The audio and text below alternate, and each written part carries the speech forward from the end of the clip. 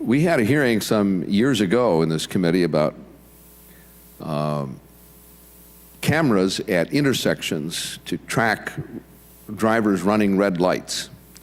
And I remember several members of Congress testifying in opposition to traffic, red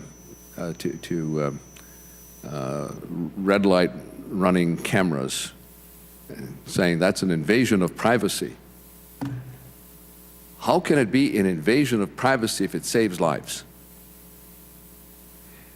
France installed cameras at intersections throughout the country, imposed a 100 € fine, which is about $150 at the time, for running red lights.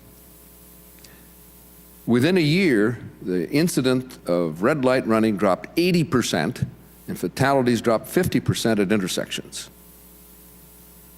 Now, the French are pretty good about their privacy and about their individual rights, but they're also very strong about saving lives. And it seems to me that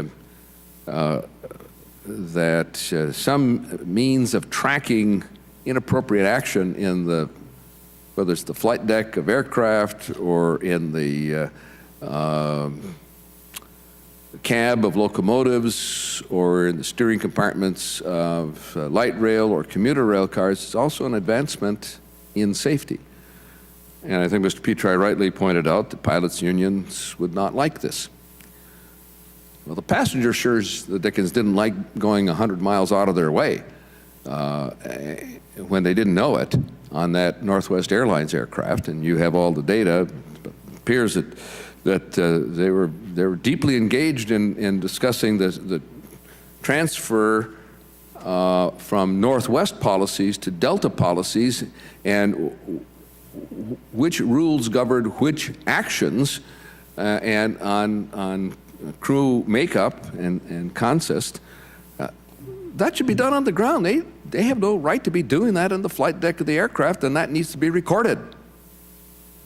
Lufthansa, probably 20 years ago, conducted an experiment of putting cameras in the flight deck with the cooperation of their pilots, saying that the information would be used for training and not for enforcement, and not for punishment. And they had great cooperation of the crews, and the crews found that when they reviewed the tapes, when they did a call out about throwing a switch, that all too frequently they actually did not reach up and throw that switch. And it was very helpful in improving crew effectiveness and performance. So I think this committee, the board, the pilot community, the airline community, all need to get together and have some serious discussions about